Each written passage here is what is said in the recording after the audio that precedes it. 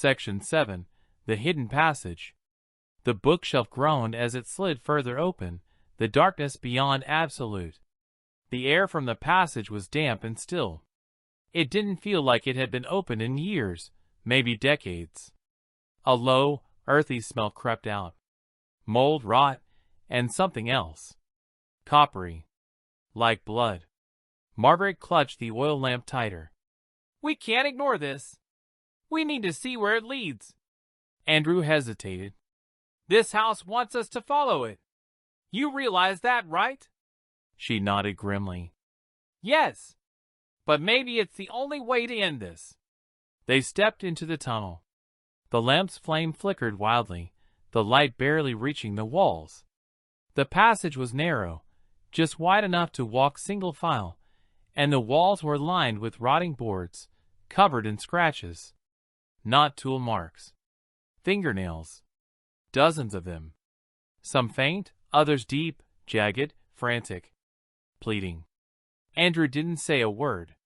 He just pressed forward, jaw clenched. The whispers followed them. No longer surrounding them, but moving ahead, just beyond the glow of the lamp. Beckoning. After several winding turns, the tunnel opened into a small chamber beneath the house.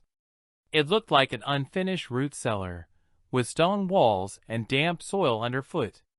A single wooden trunk sat in the center, its surface blackened by time, the lid warped. Margaret approached it slowly. "This must be the one Elise wrote about." She knelt and touched the lid. It was cold, far colder than it should have been. She lifted it. Inside, there was no lining. Just dirt.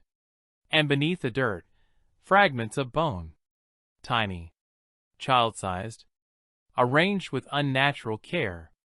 But that wasn't all. Wrapped in faded linen was a second doll, identical to Enora. Only this one had no eyes. Just hollow sockets, and a crack running down its porcelain cheek.